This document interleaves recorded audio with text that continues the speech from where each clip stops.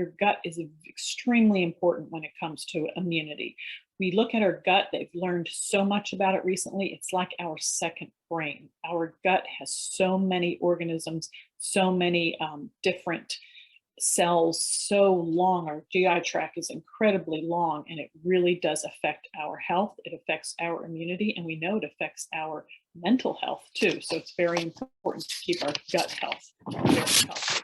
So one thing you want to remember with gut health is when it comes to gut health, you have your probiotic foods and your prebiotic foods. And we talked about that a little bit at the last session.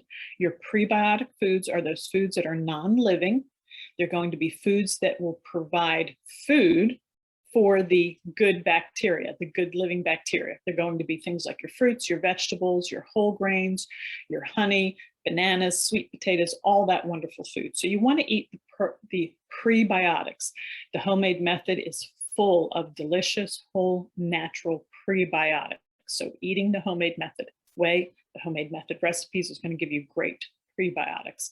Then the other term for gut health and immunity and keeping your gut healthy is going to be probiotics. Now, remember the last session, we talked about probiotics are those living organisms that actually help our body with digestion.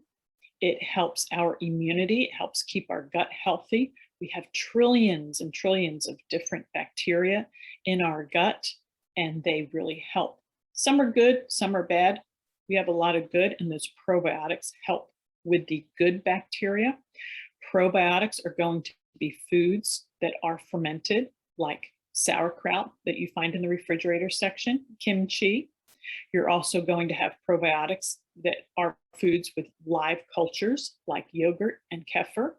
And then you have something like kombucha, which is going to be a fermented beverage.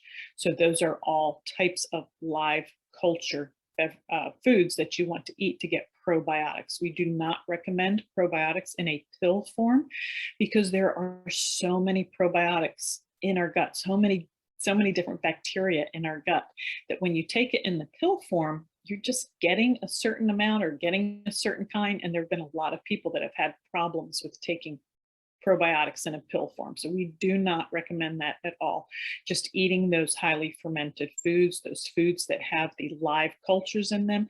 You can even find non-dairy yogurt like soy and coconut yogurt that have live cultures in case you have problems with dairy foods. So that is wonderful. We're going to be eating the prebiotics. We're going to be eating the probiotics.